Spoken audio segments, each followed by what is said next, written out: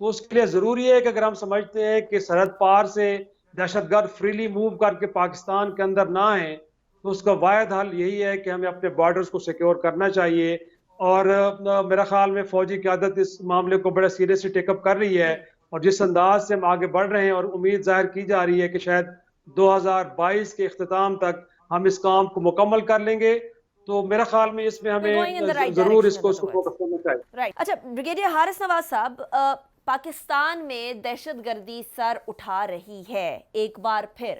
یہ ایک عام تاثر جا رہا ہے کنسیڈرنگ کہ کچھ عرصے پہلے یہاں سڑکوں کے اوپر جلاؤ گھیراؤ چل رہا تھا، پھر کوئٹہ کے اندر اٹیک ہوتا ہے. لوگ سمجھ رہے ہیں کہ شاید ایک بار پھر سے ہمیں دہشت گردی کی ایک لہر دیکھنی پڑے گی. کیا اس میں کوئی صداقت ہے؟ دیکھیں انیکا، بات یہ ہے کہ بالکل یہ اٹس موسٹ لائکلی، اور یہ سیکورٹی ایجنسیز آپ کے جو سیکورٹی ادارے ہیں ان کے پاس رپورٹس ہیں کہ actually you are under 5th generation war. آپ کے چاہے وہ چائنیز ایمبیسی میں جب ہوا تھا، اسٹاک ایکسچینج پہ حملہ ہوا تھا، ایون یہ جو ویسے پہلے جو مزدور مارے گئے تھے مچھ کے اندر وہاں پر بلوچستان میں، یہ ساری اس کی کڑی ہے.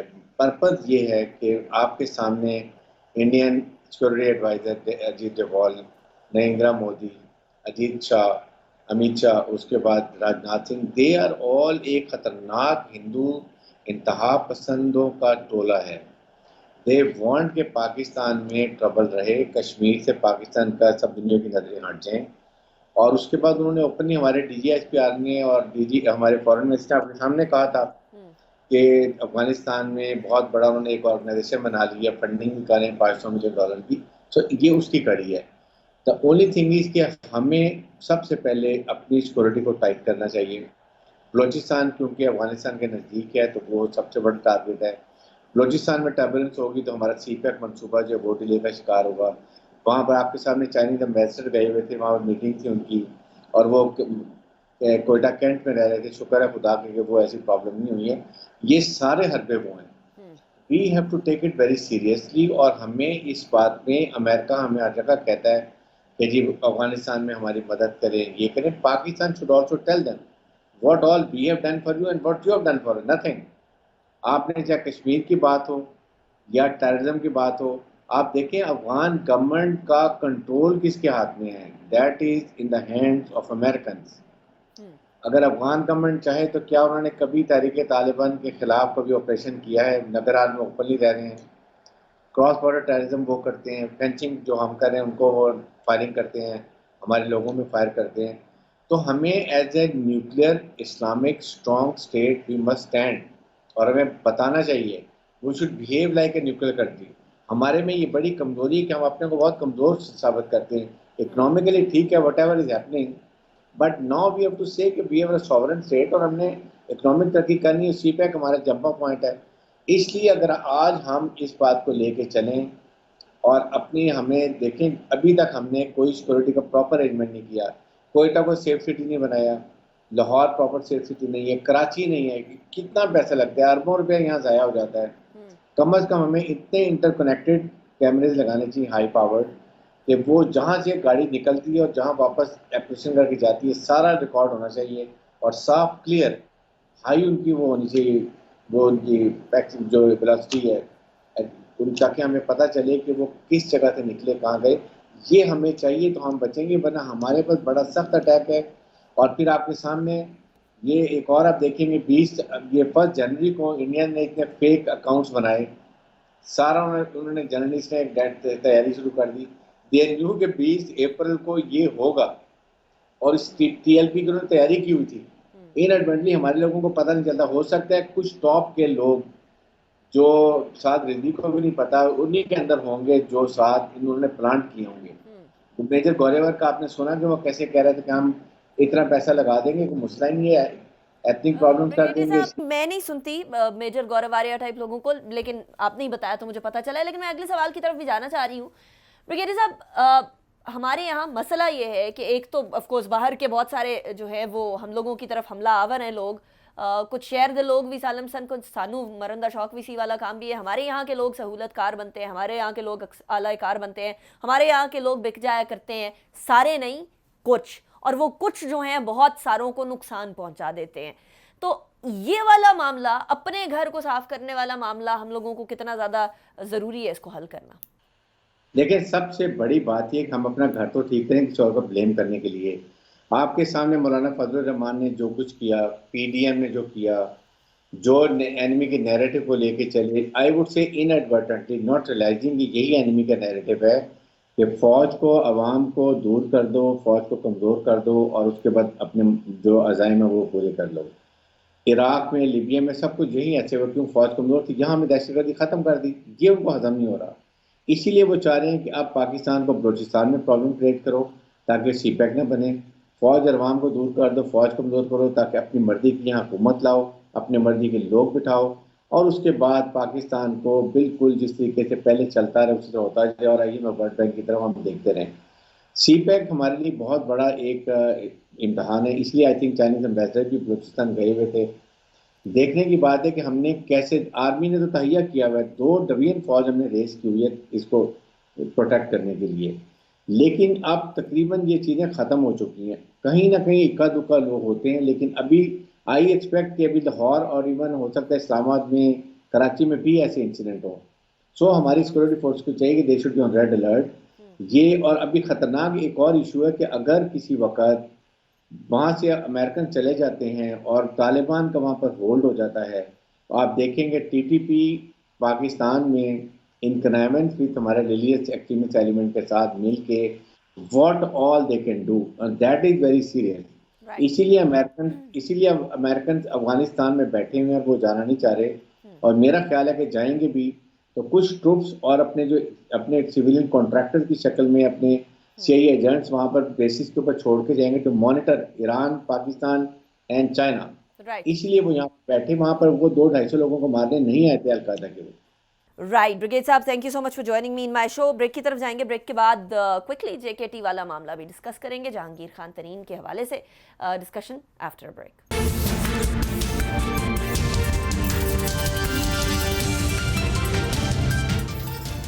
Welcome back after break. Iftikhar Shirazi Sahab, Jahangir Khan ترین صاحب عمران خان صاحب کے اتنے قریبی دوست, اتنے قریبی کہ انہی کا جہاز استعمال کیا جاتا تھا جب 2018 کے انتخابات کا جو تیاری چل رہی تھی, اور تیاری کے بعد جب انڈیپینڈنس کو پی ٹی آئی کا حصہ بنانا تھا تب بھی جہانگیر خان ترین صاحب کا طیارہ استعمال کیا جاتا تھا. اس کے بعد دوریاں بڑھی. ابھی جے کے ٹی یہ کہتے ہیں کہ 40 لوگ ان کے ساتھ, 40 پی ٹی آئی کے پارلیمنٹیرینز ان کے ساتھ ہیں. ان کے ساتھ ہونے کا مطلب یہ ہے کہ اچھی خاصی تعداد ہے, یعنی اگر پاکستان تحریک انصاف کی حکومت بنا سکتے ہیں تو گرا بھی سکتے ہیں. ایسی صورتحال میں کیا عمران خان صاحب کسی مصلحت کے تحت جہانگیر خان ترین صاحب کے کیسز کے حوالے سے کچھ نرمی برتیں گے, یا آپ کو لگتا ہے کہ وہ اپنے سٹینس پہ رہیں گے اسٹرکٹ؟ انیکا, 2 باتیں بتاؤں. ایک تو یہ ضرور بات حقیقت ہے کہ 40 لوگ اوپنلی کھلے عام جہانگیر ترین صاحب کے ساتھ کھڑے ہیں. ایسا نہیں ہے کہ بند کمروں میں کوئی ملاقاتیں ہو رہی ہیں, ان کے نام ہمیں نہیں پتا, سب لوگ سامنے کھڑے ہو کے جہانگیر ترین کو سپورٹ دے رہے ہیں. لیکن یہ بھی آپ کو حقیقت تسلیم کرنی چاہیے کہ پاکستان کے اندر حکومتوں کی یا وزیر اعظم کی تبدیلی صرف اس طرح کے گروپس نہیں لا سکتے, اس کے لیے ایک ادارے کا بھی رول ہے بہرحال. اور میرا خیال میں کہ یہ لوگ اور ان کے ساتھ صرف تحریک انصاف کے اندر کے لوگ نہیں, بلکہ پچھلے 1 سال سے تو آپ کہہ سکتی ہیں کہ خود عمران خان صاحب کے اتحادی بھی ان سے نالاں ہیں, ان سے ناراض ہیں. وہ Pakistan M Q M Pakistan ہو, وہ مسلم لیگ کاف ہو, مینگل صاحب تو ان کو چھوڑ کے چلے گئے, لیکن اس کے باوجود بھی اگر 6-8 ووٹوں کی ایک تھن میجورٹی کے ساتھ پرائم منسٹر پاکستان آگے بڑھ رہے ہیں, ان کی حکومت کو کوئی خطرہ نہیں ہے, تو پھر ان لوگوں کو بھی معلوم ہے جو ناراض ہیں کہ اگر کہیں سے سگنل نہیں آ رہے تو ان کی ناراضگی کوئی معنی نہیں رکھتی کہ جب تک وہاں سے سگنل نہیں آئے گا تب تک تبدیلی نہیں آئے گی. لیکن اس کے ساتھ ساتھ جو دوسرا ایک بڑی تبدیلی ہمیں دیکھنے کو مل رہی ہے وہ خان صاحب کا نیریٹو تھا. گویا کہ اپوزیشن کے بارے میں ان کا یہی کہنا تھا نا کہ یہ چور ہیں, ان سے ہاتھ نہیں ملائیں گے, ان کو چھوڑیں گے نہیں, کسی کو این آر او نہیں دیں گے. لیکن اب یہ 40 لوگ جب جہانگیر ترین صاحب کے ساتھ کھڑے ہو گئے ہیں تب خان صاحب اپنے رویے میں بہرحال تبدیلی تو لے کے آ گئے ہیں. تو ہم کہہ سکتے ہیں کہ کون یو ٹرن انہوں نے لیا ہے. یہ تبدیلی کی جس کی آپ بات کر رہے ہیں یہ کس حد تک ہوگی؟ کیا وہ والی بات کہ میں این آر او نہیں دوں گا تو پھر این آر او تو کسی کو بھی نہیں دیں گے, تو کیا جے کے ٹی صاحب کو این آر او دینے کو تیار ہو جائیں گے, یا ڈو یو تھنک کہ جہانگیر خان ترین صاحب اس قدر جو ہے وہ انوالو نہیں تھے اس سارے معاملے میں، تو ان کو این آر او والی بات نہیں ہوگی، ان کو انصاف کی بیسس کے اوپر بات ہوگی؟ بیکاز آف کورس اگر جے کے ٹی سے نرمی برتی جاتی ہے تو پھر کہا تو یہی جائے گا نا کہ نہیں جہانگیر خان ترین صاحب کا اتنا قصور نہیں تھا. آپ کو لگتا ہے ایسی کوئی بات ہمیں آنے والے وقتوں میں سننے کو ملے گی؟ مجھے لگتا ہے کہ نہ صرف یہ جو پریشر ڈیولپ ہوا ہے، اس پریشر کے آگے خان صاحب نے بہرحال سرنڈر کیا ہے، اور ملاقات تو پہلے ایک انیشل این آر او ہے نا انیکا، آپ اس کو کیسے این آر او نہیں کہہ سکتی کہ ایک شخص کہ جو بہرحال مقدمات بھگت رہا ہے، جو قبل از وقت گرفتاری ضمانتیں کرا رہا ہے، اور وہ شخص اگر پرائم منسٹر ہاؤس میں آ کے پرائم منسٹر سے ملتا ہے تو میں اس کو انیشل این آر او کہوں گا. یہ ایک این آر او ہی ہے اور کیا ہے، ورنہ تو خان صاحب کو چاہیے تھا کہ آپ کے اوپر ایک سیریس الزام ہے اور میں نے ایک تحقیقات کرائی ہیں اور تحقیقاتی کمیشن نے یہ بتایا ہے کہ شوگر مافیا کے کارٹل کی شکل میں کام کر رہا ہے اور لوگوں کی جیبوں سے اربوں روپے نکالے جا رہے ہیں، تو میں نہیں سمجھتا کہ آپ اسے این آر او نہیں کہیں گی. اور ساتھ میں اگر یہ پریشر گروپ ایک سیریس شکل اختیار کرتا ہے اور وہ ایک ادارہ کہ جو خان صاحب کی پرفارمنس کو زیادہ مطمئن نہیں ہے، تو مجھے لگتا ہے کہ پھر رعایت دینے کے علاوہ کوئی اور آپشن باقی نہیں رہے گی. اگر خان صاحب سمجھتے ہیں کہ ان کو اپنے 5 سال پورے کرنے ہیں تو پھر جہانگیر ترین صاحب کو ایک سافٹ ایگزٹ دینا پڑے گا، پھر ہلکا ہاتھ رکھنا پڑے گا. ان کے خلاف جو کیسز ہیں ان کو سلو ڈاؤن کرنا پڑے گا، جس طرح کے کیسز پرویز خٹک صاحب کے خلاف چل رہے ہیں سلو ڈاؤن ہے، ان کے اندر کوئی ایک قسم کے ہمیں کوئی سپیڈی ٹرائل ہوتا ہوا یا ریفرنس دائر ہوتا ہوا نظر نہیں آ رہا. اسد کیسر صاحب کے خلاف بھی کیسز چل رہے ہیں. اس کے علاوہ بہت سارے اور لوگ بھی پی ٹی آئی کے اندر ہیں کہ جن کے خلاف کیسز ہیں لیکن وہ شدت سے آگے نہیں بڑھ رہے. خدا بی آر ٹی کو دیکھ لیجئے گا، بہت بڑی ایک اس کے اوپر سوالی نشان ہے، لیکن کیوں نہیں وہ معاملہ نیب میں جاتا، وہ کیوں نہیں معاملہ ایف آئی اے میں نہیں جاتا، اس کے اوپر کیوں تیزی سے چیزیں آگے نہیں بڑھتی؟ کیونکہ خان صاحب کو پتہ ہے کہ اگر ایسا ہوگا تو پی ٹی آئی کے اندر وہ سپورٹ کھو دیں گے، ان کی حکومت پھر باقی نہیں رہ سکتی. رائٹ. پی جے صاحب، جہانگیر خان ترین اب ایک طرح سے obviously 40 لوگوں کا انہوں نے سنا دیا تو وہ تھریٹن بھی کر رہے ہو سکتے ہیں پی ٹی آئی کو کہ دیکھیں میرے ساتھ 40 لوگ ہیں، اب ملاقات اسلام آباد کی طرف سے اگر تازہ ہوا کا جھونکا آئے گا تو تسکین ہوگی، ادروائز نہیں. کیا اس کو جے کے ٹی کی طرف سے تھریٹ سمجھیں یا پریکٹیکلی ایسا کچھ ہونے والا ہے کہ تحریک انصاف کی طرف سے سائیڈ پہ لوگ ہو جائیں گے؟ ابھی تھوڑی دیر پہلے شہراز صاحب کہہ رہے تھے کہ صرف جے کے ٹی کا جانا یا ان کے ساتھ 40 لوگوں کا جانا کافی نہیں ہوگا خان صاحب کو گرانے کے لیے. 2 چیزیں، پاکستان تحریک انصاف، پاکستان مسلم لیگ نون اور پاکستان پیپلز پارٹی. پیپلز پارٹی زرداری کے علاوہ کچھ نہیں ہے، P M L N Nawaz Sharif کے علاوہ کچھ نہیں ہے، اور پی ٹی آئی عمران کے علاوہ کچھ نہیں ہے. اب بات آتی ہے جہانگیر ترین کی. Jahangir Tareen has been a very loyal, a very good friend of Imran, and یہ جو اسپیکولیشنز مارکیٹ میں آ رہی ہیں mostly they are all ill. میں سمجھتا ہوں کہ ill given messages. Jahangir is still very much there with Imran, لیکن ان کی ایک ریزرویشن ہے کہ بھائی میرے اوپر آپ وچ ہنٹ نہ کرو، مجھے ٹارگٹ نہ کرو. آپ نے جو آپ نے لینا ہے، I am there before the law. I'm answerable. I will give every answers, but don't make a witch hunt. Target کیسے کیا جا رہا ہے پی جے میر صاحب آپ کی نظر میں؟ کیس ہی چل رہا ہے نا. آپ نے دیکھا کہ کئی لوگ ہیں، آپ دیکھیں کہ کئی لوگ ہیں جو کہ نیچے سے آپ کہہ لیں کہ اسٹیٹمنٹس دے رہے ہیں against Jahangir Tareen. probably they don't like him. probably that is one of the reasons Jahangir Tareen کو کوشش کی جا رہی ہے یا کی گئی ہے کہ آئسولیٹ کریں. but at the end of the day I think Imran is doing the real democracy, but at the same time I think he should take charge of all the things in his hands, and he should open a dialogue with Jahangir, talk to each other. NRO نہیں ہوگا پی جے صاحب؟ would this be an NRO? No, NRO کس طرح ہو سکتا ہے؟ NRO دیکھیں نا، ان کی کون سی نان ریکنسیلیشن ایسی چیز ہے؟ وہ تو ایک NRO کیا گیا تھا پیپلز پارٹی اینڈ مسلم لیگ کے اس وقت. NRO I mean وہ جو ordinance which is neither here nor there، اس کے اندر بھی کاش اگر لگ جاتا ٹروتھ and NRO جس طرح نیلسن منڈیلا نے کیا تھا، I think that would have been much more appropriate. but یہاں NRO کی بات ہی کوئی نہیں ہے. Jahangir is ready to give all آپ کہہ لو کہ whatever answers they require, and at the end of the day he says he's clear, so let him face the courts.